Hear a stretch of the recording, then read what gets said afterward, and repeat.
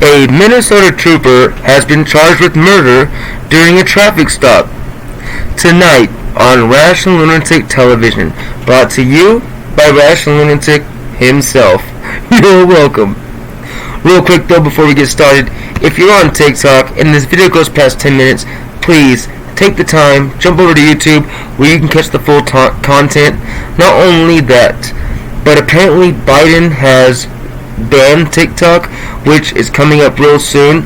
So again, if you jump over to YouTube, you can catch all the content, the same content there, and the full content, because TikTok only gives me about 10 minutes.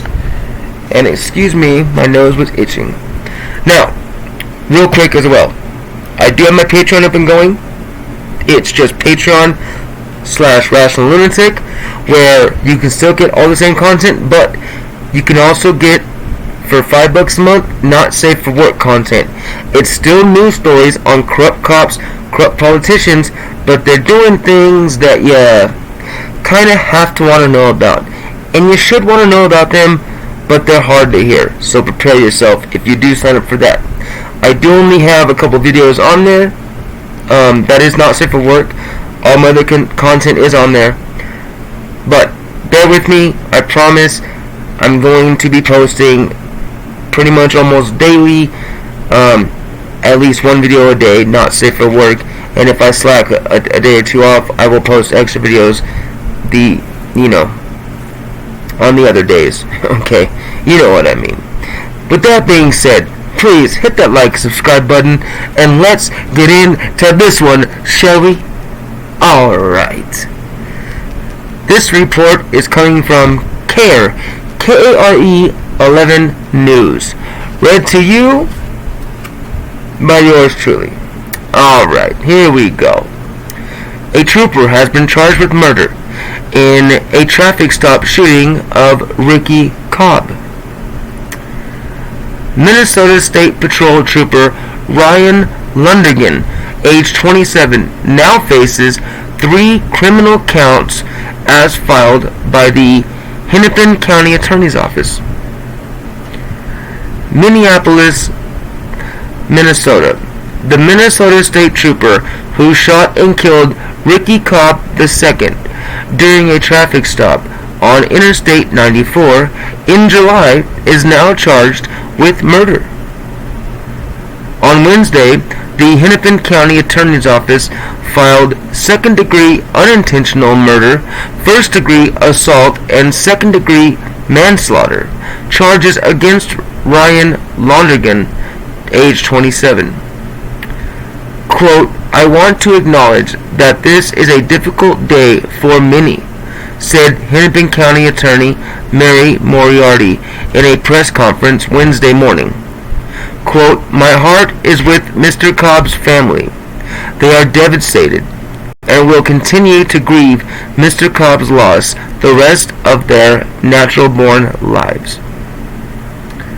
Moriarty said her office determined Lundergan's use of deadly force against Cobb was unnecessary through its own investigation. Quote, "We were able to determine that charges were appropriate without the use of an expert," Moriarty said in reference to a question about her own September 2023 statement, claiming her office had, quote, "already identified a use of force expert to aid in its review." Quote, "The type of expert who examines evidence in nearly every case where an officer uses force. The independent review is a critical part of our process. We selected this expert even before we received completed investigation so that we could move forward with our work immediately upon receipt of the file," the statement read.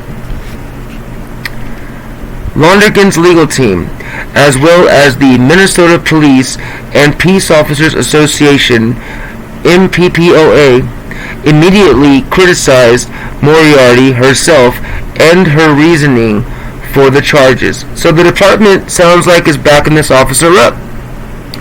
Let's read further. Quote, The fact that there is no expert tells me that there is likely no expert that would agree with her conclusion that the officer should be charged with murder, said Imran Ali, General Counsel for the MPPOA.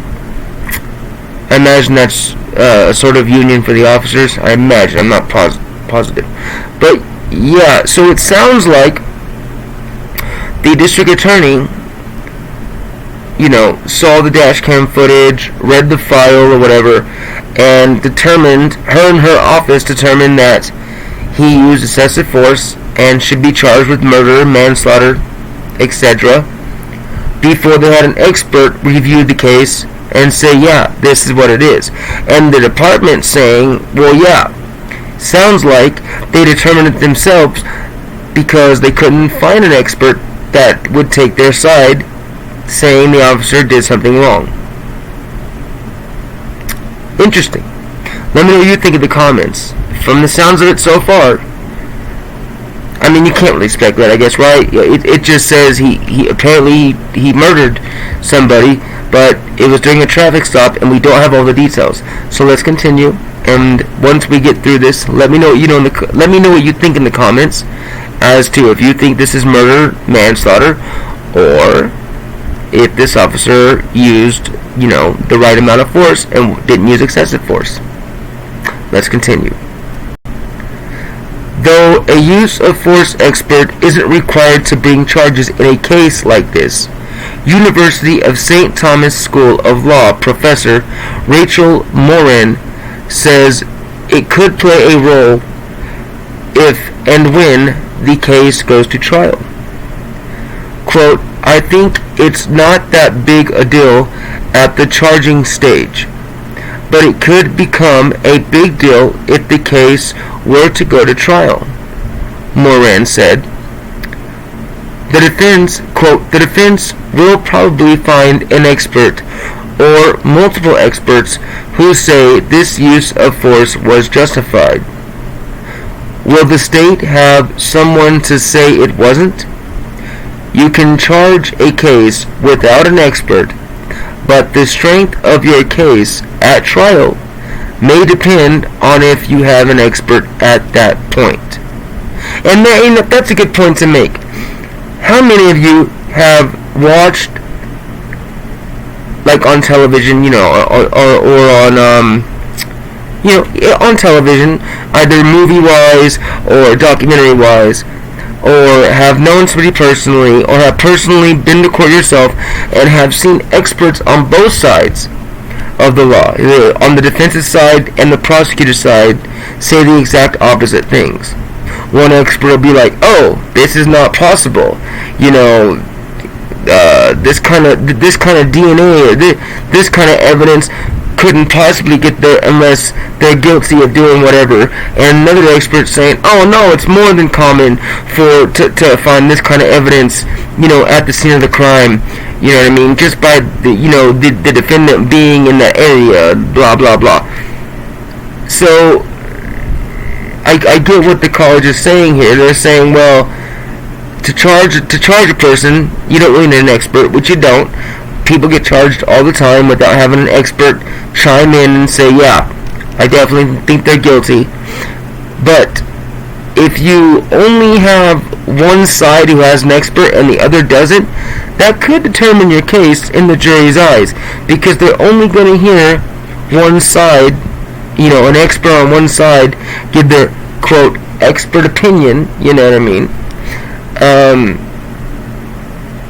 And they're going to pretty much take that side because, the way it was explained to me years and years ago is juries, for the most part, are ignorant. And I don't mean that to say people are dumb, I mean that to say they're naive. They don't understand certain aspects of certain things when it involves certain cases, you know what I mean? I hope that's understandable. But anyway, yeah, have you been through that before? Do you know what this is saying? Does that make sense to you? Let me know in the comments, please. Now, let's continue. Following the press conference, the Cobb family said in a statement that the decision to charge Lonergan is the, quote, first step toward closure and justice. Quote, Ryan Lonergan stole my son from me, Cobb's mother, Nira Fields Miller, said. Quote, he gunned Ricky down, my son, for no reason while he was defenseless. Nothing can ever make up for this. But today's decision is the first step towards closure and justice. One of the attorneys for the family, Harry Daniels, also weighed in after the decision, directing his message at law enforcement. Quote, today's decision makes one thing absolutely clear, said Daniels. Quote, police officers like this, who act with brutality and reckless disregard for the law in Minnesota, are on notice. Your day is done. Either the criminal prosecutors will hold you accountable, or we will. Minnesota State Patrol Cole Matt Langer responded to the county attorney by calling the shooting, quote, tragic, and saying the state patrol will use what it learns in its continuing investigation to, quote, inform its training and policies going forward. Quote, anytime a use of force incident ends with the loss of a life, it is tragic. Ricky Cobb II's death is no different. This is a sad situation for everyone involved. We acknowledge the deep loss felt by Mr. Cobb's family and friends. We also recognize the gravity of the situation for the State Patrol and our troopers tasked with making difficult split-second decisions. Langer's statement read in part. Langer went on to say that Lonergan will remain on paid leave. He'll remain on paid leave during the Department of Public Safety's Internal Affairs investigation into the shooting, as in accordance with Lonergan's labor contract. So I've been sitting here as I'm reading, thinking, well, what actually happened? I'm biting my lip and I'm clenching my fist, going, well, what actually happened? Like, sometimes officers do shoot people during traffic stops, depending on the situation. So what happened? So I think I'm not the only one. It sounds like there may be witnesses that say this happened, that happened, but apparently so far it doesn't seem like they're releasing that information to the public, or even to the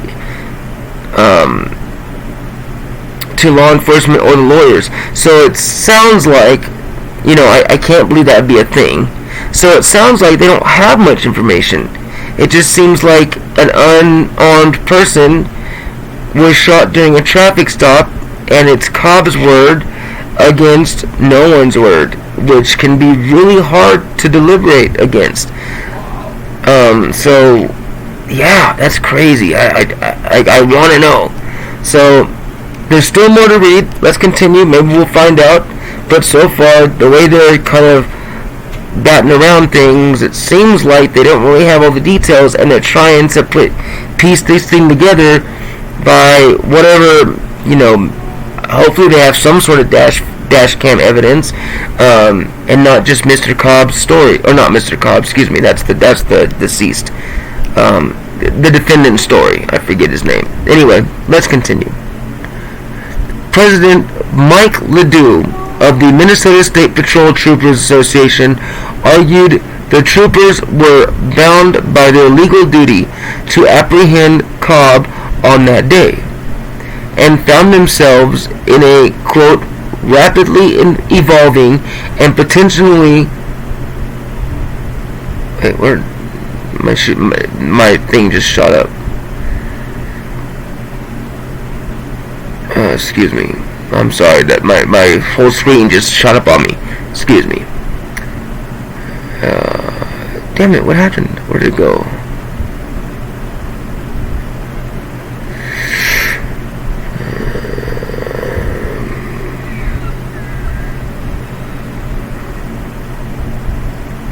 Oh, that's so frustrating. I'll get there, I'm sorry. Alright, I found it. I'm sorry. Quote, rapidly evolving and potentially life-threatening scenario. So it sounds like there was multiple officers involved. So could some officers be protecting their co-officer, and then some officers saying no, he went too far. I mean, what is going on here? Didn't this seem a little fishy? Didn't this seem like they're batting around a few things? I mean, working around the truth, Quote, while we steadfastly support our troopers, we also emphasize the critical principles of accountability and transparency in law enforcement. Accountability ensures that actions taken by law enforcement are subject to review and scrutiny, and transparency fosters trust between law enforcement agencies and the communities they serve, Ledoux said. Quote, we unwaveringly support these committed individuals as they put their lives on the line each day to keep our communities safe.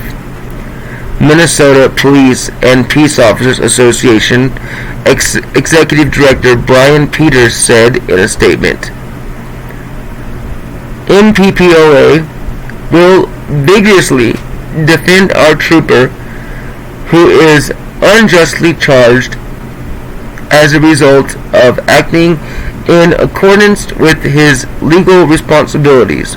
So it sounds like if there was other officers on duty, they are backing this guy up. They are backing up their fellow trooper. The state troopers used their training and acted accordingly to arrest the driver and address the imminent threat to both law enforcement personnel and the public at large as the driver unlawfully and dangerously attempted to escape in his vehicle. There it is. There we go. This whole time I've been speculating, because as you all know, I mean, if you know the channel, I do kind of skim through the first part of the story. I don't really keep going because I want to be as surprised as you when I find out the details. So it sounds like this guy was trying to escape in his own vehicle, but still, why would they shoot him? Okay, but let's continue because there's still plenty more to go here. The state trooper's actions were driven by his lawful duty.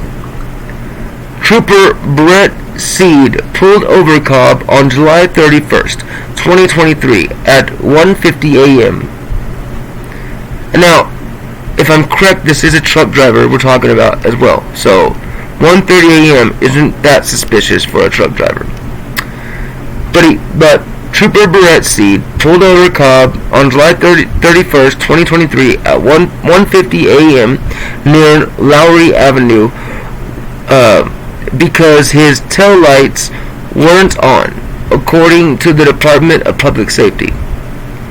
After making a traffic stop, DPS said troopers learned Cobb was wanted in Ramsey County in connection with a felony level violation.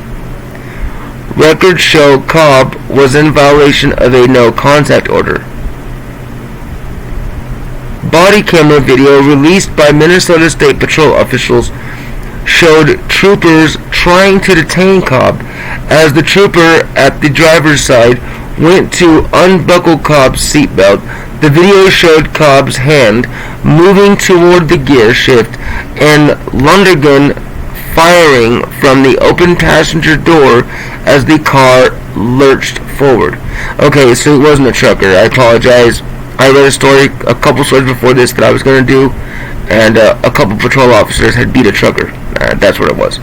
So this guy wasn't a trucker. So 1:50 a.m., he's already got warrants, for, felony warrants, and he tried to put his car in gear. They were already struggling with him, trying to get him out of the car. Sounds like he fought back vigorously and was able to free, at least one of his arms, throw his car into drive, stick shift wise. And on the passenger side, the trooper started shooting him. So I don't know if they thought he was reaching for a gun. I'm sure that's what they're going to claim. Regardless, I guarantee if that officer saw him grab his stick shift and knew he was just trying to shift his car, they're going to say they thought he was reaching for a firearm. Guaranteed. Or a weapon at least. Guaranteed. But let's continue. Troopers Seed and Londrigan, that's the trooper that shot him, received minor injuries after falling to the ground as the car pulled away. Cobb crashed about a quarter mile away and was pronounced dead at the scene from the gunshot wound. I mean, do you think it's okay? Do you think if you have a suspect who has a felony warrant, who is probably perceived to be pretty violent already, do you think deadly force is necessary? To, even if you just see him grabbing for the stick shift, like he's trying to drive away so he could possibly run you guys over, do you think a gun is necessary, or should they just tased him? Or should the officer have jumped in the passenger seat and, choked him out or whatever? Like, I don't know. Like, I don't personally think that deadly force is necessary. That's just my opinion, though. Let me know what you think in the comments. Excuse me. Londrigan is the first officer to be charged by Hennepin County Attorney Mary Moriarty since she was elected after running a campaign promising police accountability. Now, there is the other side of it. She was just elected district attorney, and part of her campaign was, hey, we're going to hold cops accountable for their bad actions. So she has a duty to uphold her word. So maybe she's reaching too far. Maybe. I'm not saying she is. I wasn't there. I only know what you guys know. So far is what the report says. But I still don't think he needed to be shot. So far, I still don't think that. Moriarty's office received the case from the BCA in September and began its review. Moriarty also expressed disappointment last fall that other State Patrol troopers had not given voluntary statements to the Bureau of Criminal Apprehension, BCA. Those troopers were questioned under oath as part of an investigation. As part of an investigative grand jury convened in December. Let me read that over. Those troopers were questioned under oath as part of an investigative grand jury convened in December, sources confirmed to KRE 11 News. The BCA said while processing Cobb's car after the shooting, investigators found 2 cartridge casings, a cell phone, and a handgun on the floor in the back seat, but added that at no point on the body cam or car video was Cobb seen holding the firearm. So they do have body cam. I mean, I guess it wouldn't take an expert to really see if that cop went above and beyond his duties, right? Almost immediately following the county's announcement to bring charges against Londrigan, his team filed a notice of defense, claiming Londrigan's use of deadly force was necessary to protect both himself and Seed from, quote, death and or great bodily harm. Now you gotta take into account too, though, this guy Cobb did have felony warrants, was an obvious, convict in a way. He was an obvious criminal, right? So did these officers already know who he was? Had they come across his path before and known him to be dangerous? Now that could play a lot into it, right? Like if you know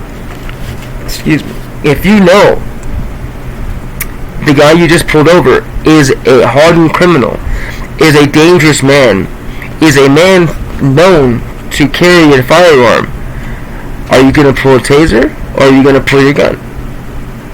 Now let me know in the comments what you think. Now really think about that. What do you think about that?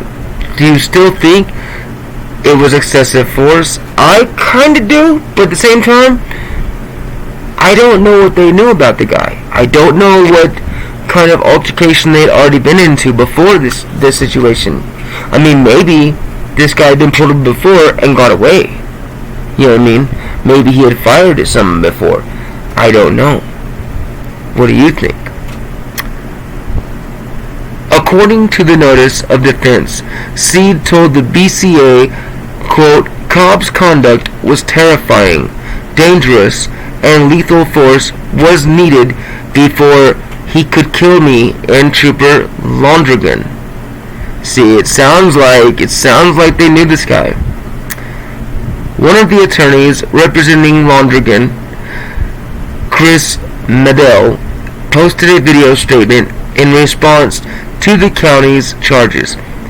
In it, he criticized Moriarty's work as the county's top law enforcement official and calls his client a hero.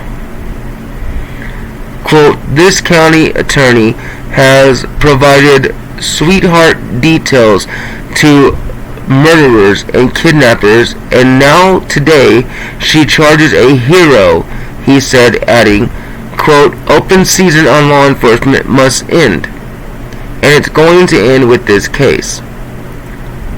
Londrigan is scheduled to make his first court appearance Monday, January 29th at 1:15 p.m. Minnesota law allows police officers to use deadly force, quote, only when necessary in defense of human life or to prevent great bodily harm.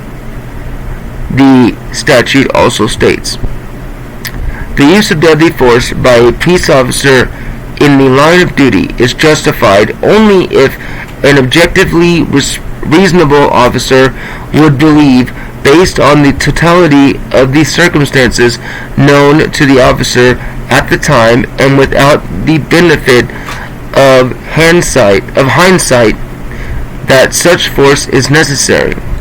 1. To protect the peace officer or another from death or great bodily harm, provided that the threat 1 can be articulated with specificity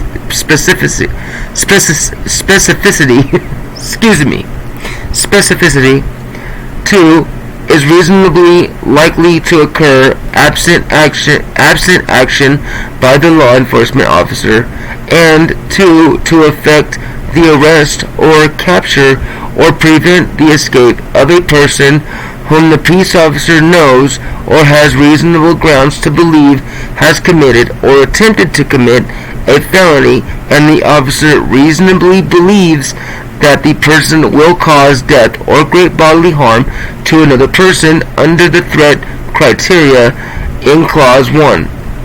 Items I to III unless immediately apprehended. B. A peace officer shall not use deadly force against a person based on the danger the person poses to self in an objectively reasonable officer would believe. If an objectively reasonable officer would believe, based on the totality of the circumstances known to the officer at the time and without the benefit of hindsight, that the person does not pose a threat of death or great bodily harm to the peace officer or another under the threat criteria in paragraph A, clause 1, items I to III. So basically, it sounds like from the statute, not the statute, from from the law itself, that gives the officer the ability to use deadly force. Sounds like this officer is going to get off, because we don't know what the officer knew, right?